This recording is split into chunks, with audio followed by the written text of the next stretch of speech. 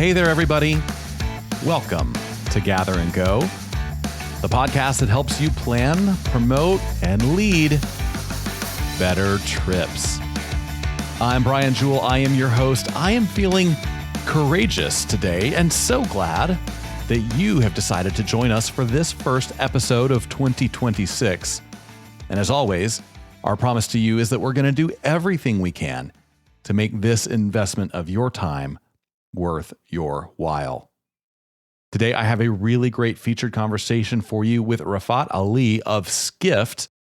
He is a thought leader in the business of travel, founder of what is really one of the most essential travel business media outlets in the world today. In this conversation, you're going to hear his thoughts on why travel prices are so high right now. He's going to share some signs that the post-COVID travel spike may be over. And he's going to talk about how you can help solve travel's affordability crisis. This is a conversation that is important to all of us in 2026. Before we get there, though, let's start with some travel news you may have missed. Delta is doubling down on high-end customers in 2026. Delta Airlines announced 2025 results and 2026 plans that some experts are calling a perfect encapsulation of the K-shaped economy. According to the airline, its main cabin ticket sales fell 7% year over year in 2025. At the same time, its premium sales were up 9% over the year before. The airline said it was the first time its premium sales eclipsed economy sales. Delta also said it's expecting a staggering 20% increase in profits in 2026, with much of that increase coming from expanded premium seating and services. In anticipation of that, the airline is increasing its seating capacity by 3% fleet-wide this year, with much of the increase focused on its comfort, business, and first-class products. Delta CEO Ed Bastian told reporters that, quote, effectively none of our growth in seats will be in the main cabin. Virtually all will be in the premium sector. The Delta announcement aligns with other industry-wide trends, with various airlines investing heavily in loyalty perks and high-end lounges to compete for top-tier travelers in what one airline analyst called, quote, a premium arms race. Well, next up, I want to take a minute and share a little bit of news from us. Now, hopefully, you are familiar with our on-site familiarization program. This is a really cool partnership we do with destinations around the country and sometimes around the world to bring people like you to experience destinations firsthand so that you can plan better trips and sell more trips to those destinations. Now, we have a variety of exciting trips lined up for 2026. I have a brand new one to announce for you today. In April, we are taking a group of student and youth tour operators to Myrtle Beach, South Carolina. That trip is going to be April 21st through 24th, and it is going to be a ton of fun. If you join us for this fam trip, you are going to get to go on an eco tour and learn all about the ecology of Myrtle Beach and the surrounding area. You're going to get to visit Brook Green Gardens, which is one of the Southeast's most incredible sculpture garden destinations. Of course, you're going to get to enjoy some of the area's famous live shows and entertainment, visit great educational attractions like Ripley's Aquarium, and obviously, you're going to have some first-rate seafood and beautiful views of the Atlantic Ocean. Now, you can apply to attend this fam right now on our website at grouptravelleader.com/MB, as in Myrtle Beach, -fam. That's grouptravelleader.com/MB-fam. Don't worry, I'm going to put that link in the show notes so you don't have to remember it. You can just navigate to those show notes, click the link, and go straight to our application page. Now, the deadline to apply is February 27th, and I got to be honest with you, we always have more applications for these trips than we have spots available. So your best chance at getting to join us is to apply right away. If you have questions, feel free to reach out to our team at 859-253-0455. Someone here would be happy to help you out. And we look forward to having you join us on this great fam trip for student tour operators in Myrtle Beach, South Carolina, April 21st through 24th. Well, it is just about time for us to get into our featured conversation with Rafat Ali. Before we do that, though, I want to remind you that we're going to have a wrap up of some of the most important things Rafat had to say on the show notes for this episode. In fact, you can find wrap ups for all of the more than 85 interviews we've done in this podcast on the show notes for every episode. You can access the entire archive of those at grouptravelleader.com/podcast. I'll also do a short wrap up of the conversation at the end of the interview. I hope you will stick around through that wrap up, because when we're done there, I want to have a quick conversation about why it is absolutely essential that you determine your core values for 2026. That's going to be the topic of today's Hot Minute. You won't want to miss that. We'll be right back with Rafat Ali.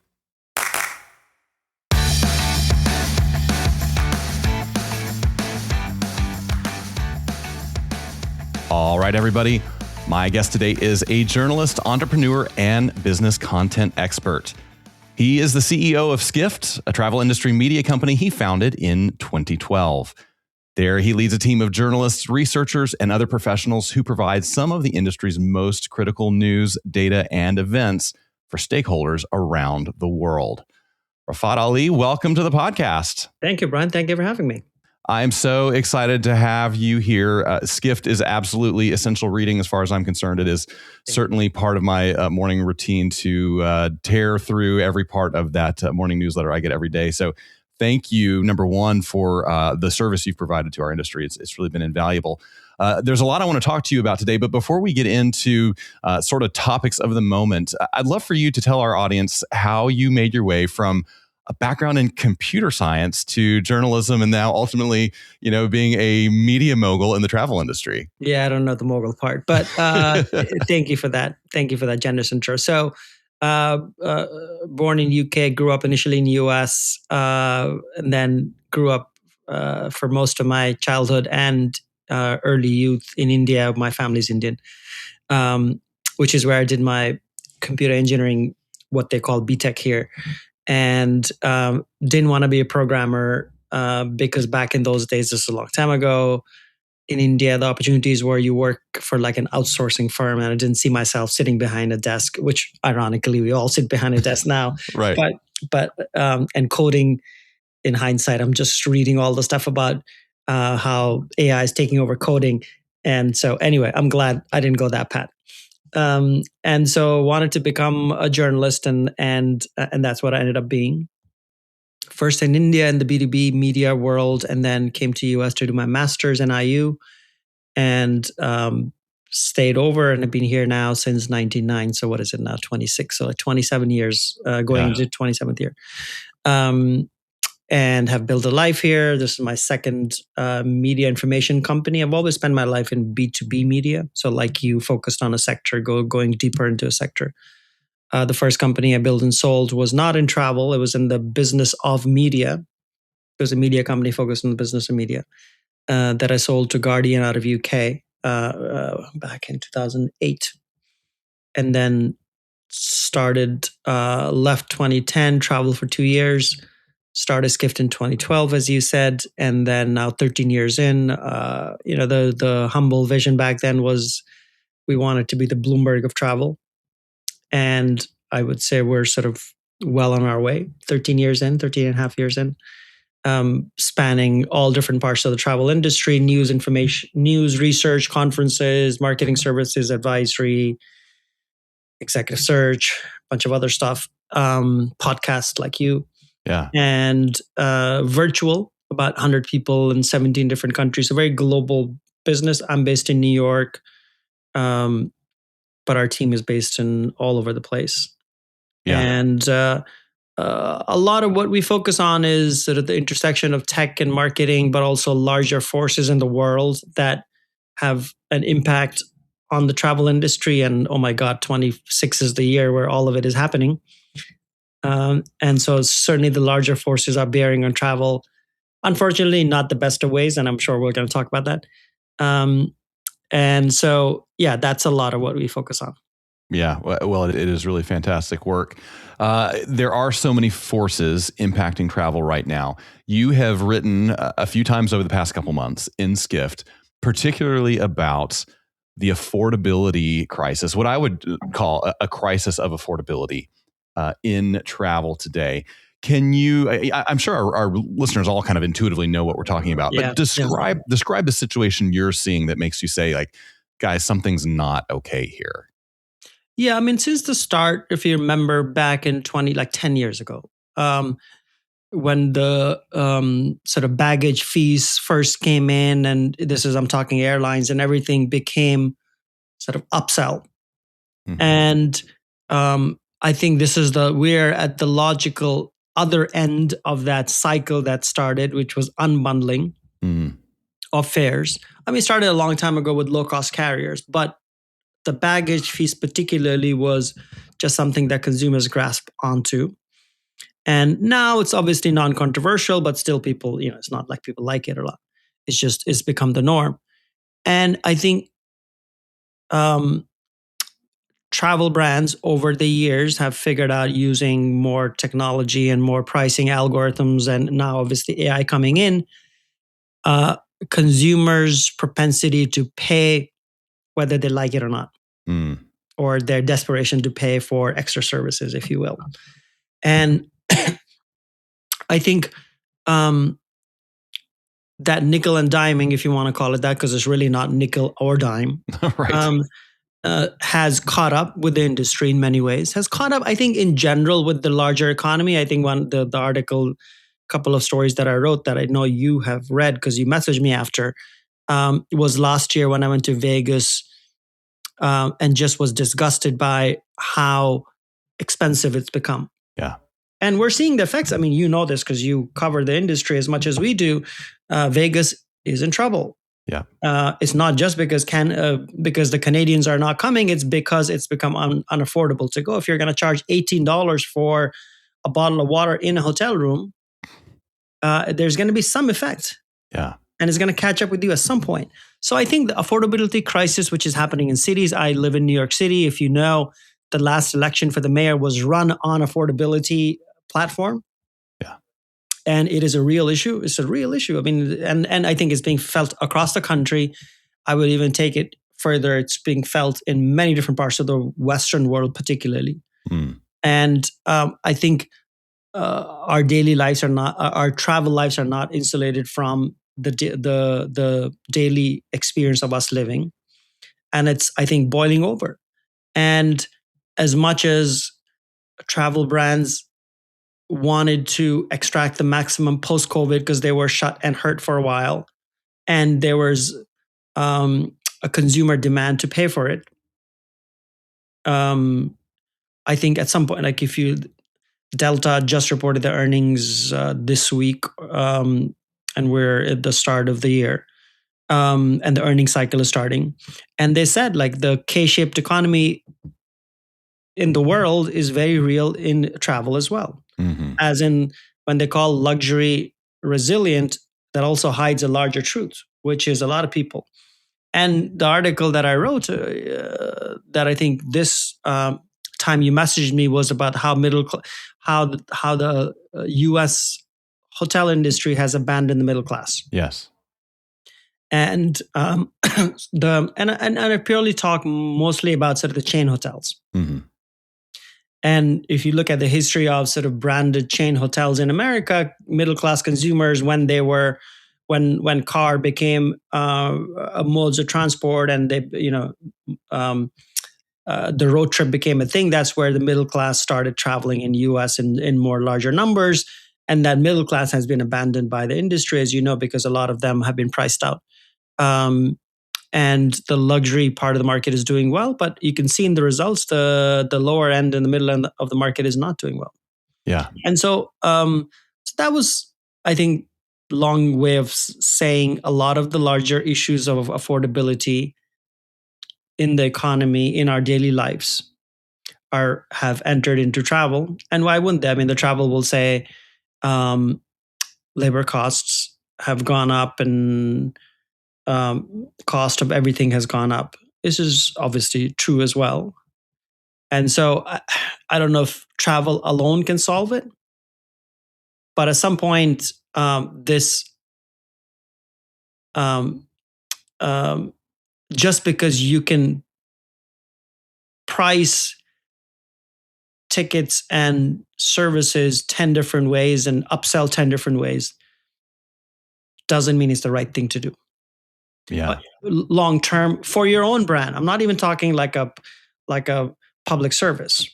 Like as I said, Vegas is a pure example of it.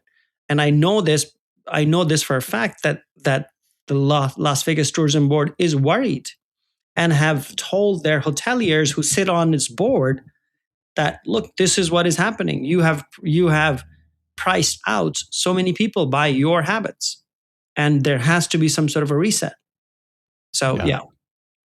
So dig in more to the risk to your own brand of continuing to pursue maximum, profit from every transaction. How do you see that creating risk for both those large brands, but also everybody else who's following in their footsteps? How long down the road could this take, before it comes back to really hurt people? Here's the other part, though, which is, again, unfortunate. As you know, a lot of consolidation has happened. Mm-hmm. So if you're going to fly from, and I don't know the routes from where you are in Kentucky, Lexington, but like I bet 10 years ago, there were a lot more direct flights from Lexington Airport to 10 other places. Sure. Which are gone. Yeah. That's because these airlines have consolidated. So as much as me as a consumer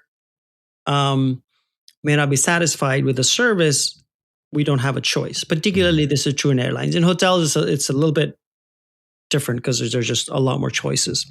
So here's how it's going to hurt. I'm not going to go to Vegas.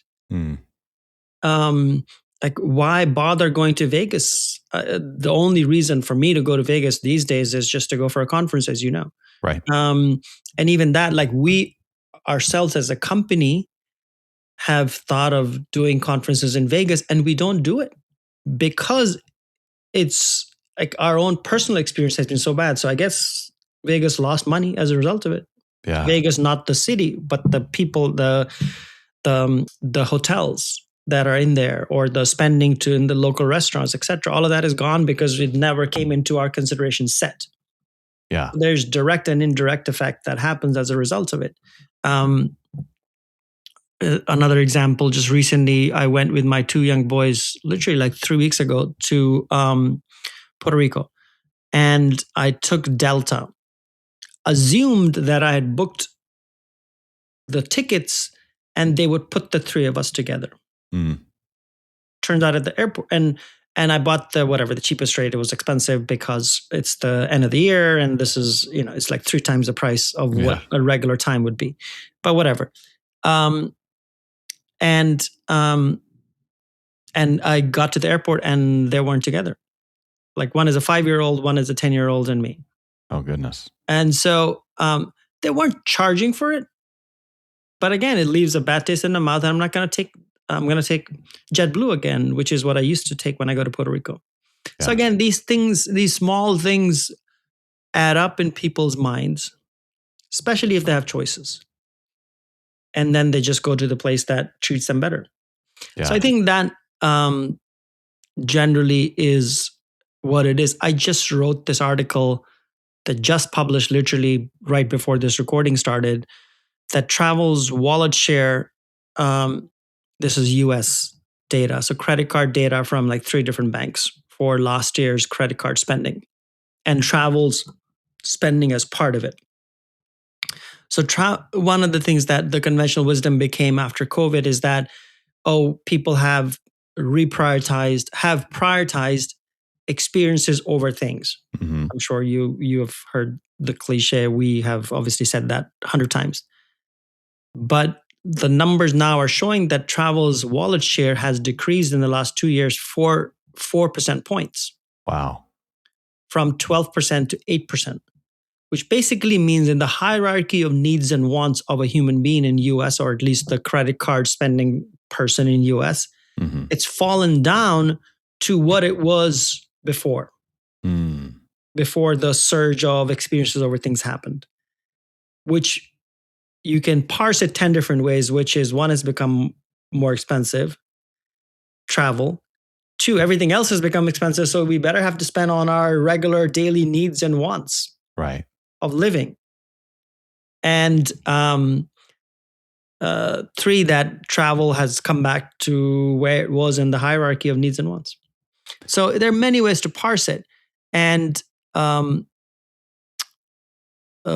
think people may travel less or just travel to cheaper places. I mean, one of the things that, and I'll stop here because I will continue on 10 different threads, but US domestic tourism during summer has been hurt for the last few years because the traveler that can afford is making a calculation that I can go to Europe and for cheaper, and if not even cheaper, I can go at the same price that I was going to spend in US, but get an international vacation versus staying in US because things are just more expensive.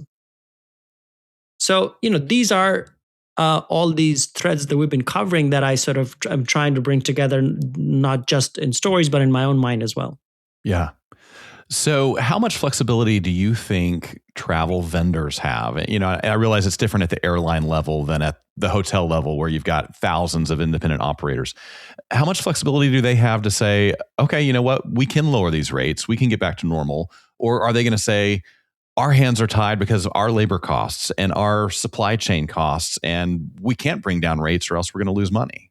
Well, I mean, there's also then the variable that many of these are public companies which have a fiduciary duty to their shareholders. So they whether it's real or not, that's what they point to. It's like our job is to increase our margins and increase our profits more and more. Airlines can say they make very little profits. That probably there's enough truth to that part. Hotels have sort of more leeway there. How much flexibility do they have?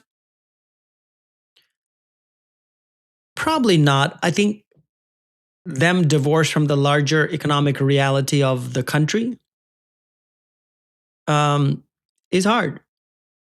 And I think the affordability crisis that has become a buzz phrase here in New York is true all across the country. So I think, labor shortages are real. The country, without going into the politics of it, has decided that they're going to import less and less labor. So that's going to become even more of an issue. Yeah. I think the only, as much as we fear about AI taking over jobs, we may have no choice but for AI to take over jobs that are not being filled. So,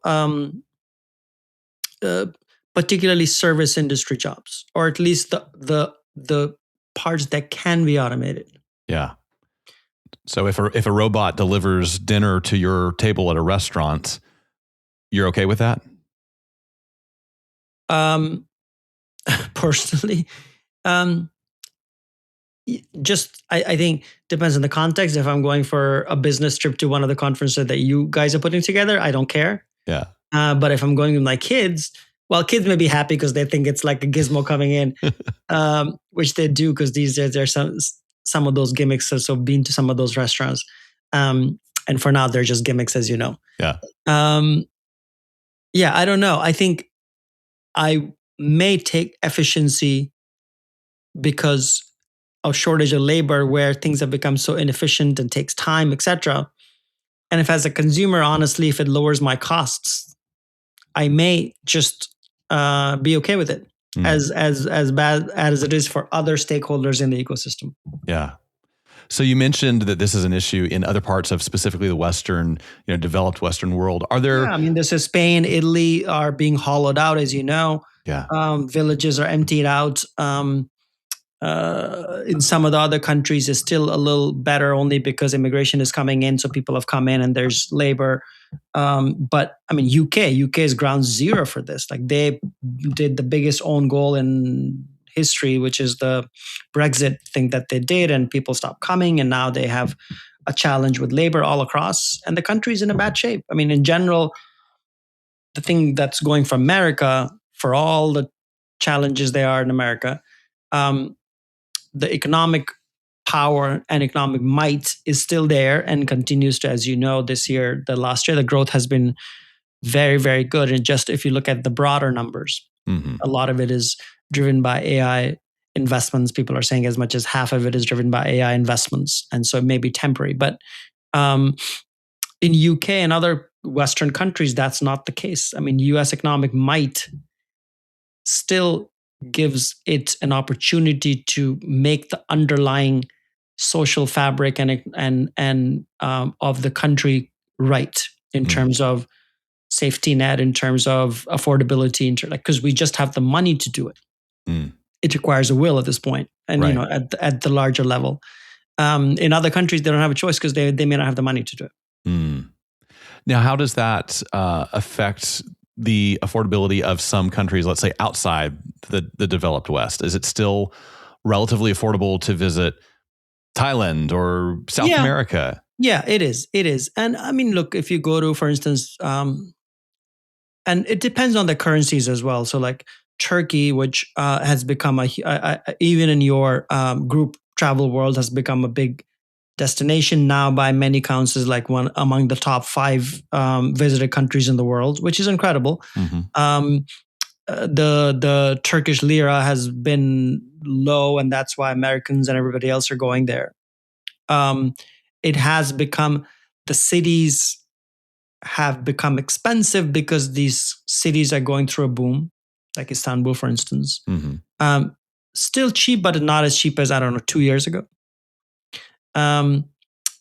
South America still continues to be cheap, but again, the prices have risen, whether it's Medellin in Colombia or Buenos Aires, where a lot of Westerners have gone and actually are living as expats as well. Southeast Asia, Southeast Asia is still cheap, but they're booming. I mean, Vietnam, I'm sure in your world you've heard, is one of the fastest growing tourism countries in the world. Yeah. Huge boom going. Japan, the same thing. I mean, every second person that I hear is either going to Japan, in Japan, or just came back from Japan. Absolutely. Over the last year. Yeah. I mean, that was the case with Iceland 5 years ago. Right. And so Japan is the new Iceland, and a lot of it is driven by just currency that's there. So I forgot your original question. Yeah, I was just asking about places in the world that have a better affordability opportunity. Yeah, India, for instance. I mean, there are a lot of challenges with India, but Middle East, obviously Dubai and UAE continues to be a huge driver of tourism into the region. Morocco is booming for group, for in your world. Jordan is back after all the challenges in Middle East. Egypt is back after all the challenges in Middle East. And those are obviously a lot cheaper places than, honestly. Again, this is the equation. Like, do I take a 6-hour flight from here to California or Oregon or wherever, Washington State, or do I take a 6-hour flight this way to Europe? Yeah. Or to South America? Yeah. Or to the Caribbean, and get much better value for money. Yeah. So I think the value for money part, which again is a cliche but is real, is that, you know, internet and hopefully AI just makes the value for money part more transparent, as in I have more resources to figure out how to make my dollar go further. The other variable has been that most of the loyalty points, and I think at this point everybody knows, is total scam. Like, it's that's a strong word, but in the sense that the loyalty currencies have been devalued. This is particularly true in airlines, but also in hotels at this point. And so again, the story and research that we have done is that credit card loyalty is now in US is at the same level now that these hotel and airline loyalty programs, is just because people are tired of being devalued. Yeah. And obviously, whether it's Chase Sapphire Reserve or Amex Platinum or Capital One Venture X or whatever others the banks are, they're becoming more and more popular as an option to gain their points to then spend on travel. Yeah. Or anything else, but usually travel. And obviously they're booming. Yeah, that makes sense. So do you see any way forward where some of this resolves? And if so, what role do people in tourism have to play here? I think there has to be concerted understanding that middle class needs options on terms of payments or packages or flexibility, without necessarily like trying to reinvent everything. And so, BNPL, which is buy now, pay later, became a thing a few years ago. A lot of problems with that from a consumer debt perspective, from, again, probably beyond my expertise at this point. But I do think of flexibility in payments and packages from tour operators or travel industry in general, and particularly tour operators, because they have the size of the package and is large enough that there's opportunity for flexibility. I think will be one way that the industry brings the middle class back. Because again, this is, at least this part of the American dream is still alive, which is that everybody in middle class dreams to graduate out of middle class. And a lot of them will. Yeah. And so as they move up the value chain, they will keep spending with the brands that do, or at least will graduate to higher offerings of the brands that offer that flexibility. So I feel like it's a long term. There's no quick fix, but I think it's a long term bet that, which is why I think group travel has a better chance, because of the economies of scale in which it operates. It still has the ability to negotiate lower rates than you as an FIT traveler will do. Yeah. Yeah. And honestly, I think, in an age where people are more isolated, et cetera, all the stuff that we've also written about, a lot more single people in the world, group travel should have a bright future for all these reasons, including loneliness, including affordability, including opportunity to create long-lasting community, friendships, etc. Yeah. Well, we see those same things, and we're optimistic for those same reasons. So I'm glad to hear you share that optimism. I could talk to you about this all day. I'm going to let you get on to other things. What is the best way for people to follow your work or get involved with the Skift community? Well, I mean, easyskift.com. So definitely there's the daily newsletter. We have over the years become primarily subscription sites. So if you do want to get the full benefit of Skift, our daily news or research, just go to skift.com. You'll see it. I'm very active now only on one social platform, which is LinkedIn. And so if you just search for my name, you'll see me there, follow me, connect with me, etc. So I share a lot of things about travel. And then our conferences that we do, our big one is the Skift Global Forum in New York. It's where all the big CEOs come. It's sort of a big picture view of where travel is and where it's heading. And then we do conferences on AI, or we do regional conferences in Asia or Middle East, India, etc. Yeah, wonderful. Well, we will link to all those resources in our show notes. Before we let you go, we have some questions we ask everybody, and these are just for fun. So no pressure. Let's do it. Yes. When you book travel, do you book a window seat or an aisle seat? Aisle seat. Yeah. And what's the thought process there? Just I'm getting older and I need to go pee. That's the simple thought process. You and me both, buddy. I found myself, I was on a 3-hour flight the other day and I found myself in the bathroom twice in 3 hours. Yeah, I got to do what you got to do. Yeah. That's right. That's right. What's one thing in your carry-on you would not travel without? Oh, the thing that I'm having, tea. Oh, yeah. So I'm Indian, so I have the chai, what they call. And so I carry my own tea bags. I carry my own milk. Like I carry everything except hot water. I even carry like a hot water element, like the heater element. Yeah. So I have my cup, everything. Yeah. So you don't have to count on anybody else to get your tea right. If they can get you water. Yeah, except water. If they can get me water, I can boil it if I have an electric plug. Yeah. And then I can do everything else. Oh, that's wonderful. Now, if you had a free airline pass and a week with nothing else going on, where would you go? If it was short haul, I would go to Puerto Rico just because I love Puerto Rico. There's just so many great parts of it. It's not the beach that I'm talking about. It's actually the mountains and the other parts that I'm talking about. If it's a long haul, I would Socotra Island off the coast of Yemen is this island that is unfortunately in the news right now because of some of the challenges going on there, but is one of the most remote islands in the world and has the most unique flora and fauna in the world because it's so isolated. And Yemen is obviously tons of war and stuff going on, but they were, until recently, flights from Abu Dhabi there. We just got canceled and they got moved to Riyadh, but that's a whole different... but Socotra Island is where I would love to go with my son who's turning 11.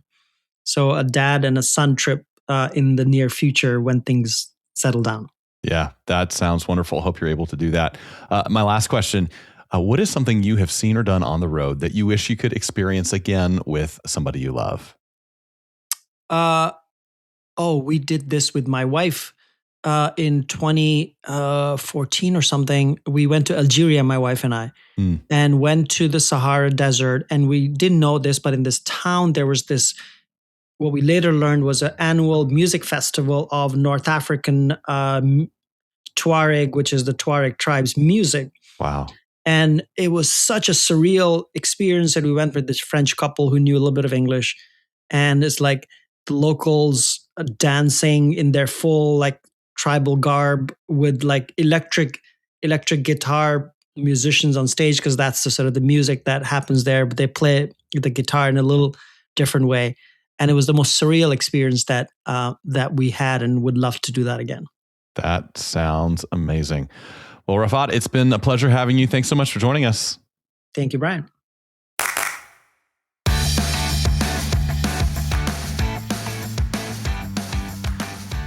Well, I sure hope you enjoyed that conversation with Rafat Ali as much as I did.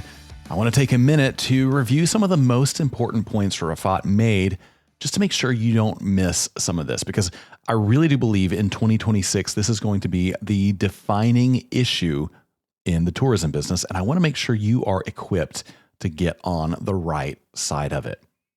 Now, when we were talking about the trouble with high prices in travel, Rafat gave the example of Las Vegas. He said, Vegas is in trouble, and it's not just because Canadians are not coming. It's because it's become unaffordable to go. If you're going to charge $18 for a bottle of water in a hotel room, there's going to be some effect. It's going to catch up with you at some point.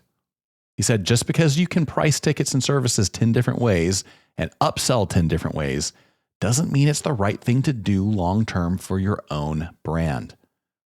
Now, I think we should be clear here. Rafat is not making a moral judgment. He's not commenting on whether it is moral or ethically acceptable to raise prices to such an extent. What he's saying is that if you continue pushing prices like this, eventually you're going to wear people out. You're going to make them angry. You're going to make them feel abused. And if you do that, they're simply going to stop doing business with you. He's saying that is why Las Vegas is struggling. I can't help but agree with him. In fact, I can't help but think that the softening that a lot of people have seen at the end of 2025 and looking forward to 2026 is direct pushback, especially from the middle class, on the high price of travel. And I think a lot of people in travel who were trying to extract as much profit as they could during the post-pandemic travel boom might soon realize that that strategy was short-sighted. Speaking of the pandemic, when we were talking about post-COVID travel spending, Rafat said, the conventional wisdom became after COVID that people have reprioritized travel over other things. We have said that 100 times. But the numbers are now showing that travel's wallet share has decreased in the last 2 years by 4 points, from 12% to 8%. And that means in the hierarchy of needs and wants, travel has fallen back down to where it was before. I think this is really insightful. It probably was predictable, or at least should have been foreseeable, that the post-COVID travel boom wouldn't and couldn't last the way it did. So I think a lot of people in travel got used to being able to extract premium prices from their customers because the pent-up demand was so high. And what we have found is that there is a ceiling to what people are willing to pay, that the demand curve eventually evened out. And now that people got that out of their systems over the past 3 or 4 years, they're starting to take a hard look at how much they spend on travel. And we need to be prepared for that spending to normalize back to pre-pandemic levels. That probably means also being prepared to adjust our pricing accordingly. And finally, when we were talking about potential solutions to the affordability problem in travel, Rafat said, I think flexibility in payments and packages from tour operators or the travel industry in general is an opportunity. I think that will be one way the industry brings the middle class back, because this part of the American dream is still alive. Everyone in the middle class dreams of graduating out of the middle class, and a lot of them will. So as they move up the value chain, they will keep spending with the brands that offer flexibility or graduate to higher offerings in those brands.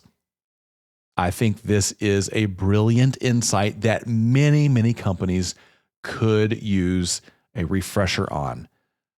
You may be able to get more profit by chasing luxury customers. That's well established, especially in these days of a K-shaped economy where luxury is outpacing everything else. But here's the problem. Many people who will be luxury travelers tomorrow are going to start as value or budget travelers today. At least they would like to start as budget or value travelers today. And so if we collectively as an industry do not have product for them, if we aren't delivering affordable trips for them, if we're not giving them ways to experience the joys of travel in a way that is accessible and affordable, we risk losing them for the long term, which means that luxury travel market may not be there when we're really counting on it in the future. Great insights there from Rafat Ali. Well, it has been a dense episode today. We've talked a lot about premium passengers and K-shaped economy and all kinds of pricing issues that are affecting travel in general. And it got me to wondering, how should tour operators and tour companies especially be responding to this crisis? That is going to be the topic of today's Hot Minute. Yeah, that's right. The Hot Minute is the portion of the show where I take 60 seconds to give you my unfiltered thoughts on an issue that impacts tourism every day. And today we are asking, why does your travel organization exist? So let's put 60 seconds on the clock and get into it. It's never been more important to have a crystal clear understanding of why your travel organization exists. Now, you may think mission statements and core values are all corporate nonsense, but understanding your why is critical to determining your how. If you're in business mostly to make money, that's fine. You should probably target the luxury market and charge as much as you can. But if you value something more than profits, this is the year to lean into what really matters. Travel's affordability crisis is real and it's growing. If group travel's positive impact matters to you, this is the time to push back on high prices and focus on doing the most good you possibly can. Travel's not just a way to make money, it's a way to serve people.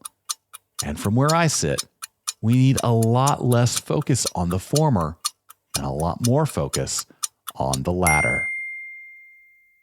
Well, that's the Hot Minute. That's how I see things anyway. Of course, as always, you are welcome to disagree with me, and we can still be friends. And hey, whether you agree or disagree, we would love to hear from you. You can send your thoughts, questions, or your naive idealism to podcast@grouptravelleader.com. I read every email that comes into that account. I really do love hearing from you. And hey, you never know. Your ideas might just be the topic of the next Hot Minute. While you're in the mood to give us some feedback, would you do me a big favor? Would you go to your favorite podcast player? And if you haven't already, would you subscribe to the show? And while you're there, if you could give us a rating and leave us a review, that would be so helpful. And I am so thankful to every one of you who has done that so far. My thanks as well to Rafat Ali for joining us today. On the next episode, I'm going to bring you a conversation with Michelle Stark of Red Sage, who's going to explain why it's time to rethink your entire sales pipeline. That's a conversation you can't afford to miss. Until then, though, remember this. At the end of the day, we're all on this trip together, so let's make it a good one. See you next time on Gather and Go. Gather and Go is hosted and executive produced by me, Brian Schul. Our publisher is Mac Lacey. Our creative team includes Danya Simmons, Ashley Ricks, and Rachel Crick. Our sales team is Talisa Reck and Ashley DeLucia. To advertise on the podcast, call Talisa at 859-253-0455. Gather and Go is a production of the Group Travel Leader. For more information on our podcast, magazines, and events, visit us online at grouptravelleader.com.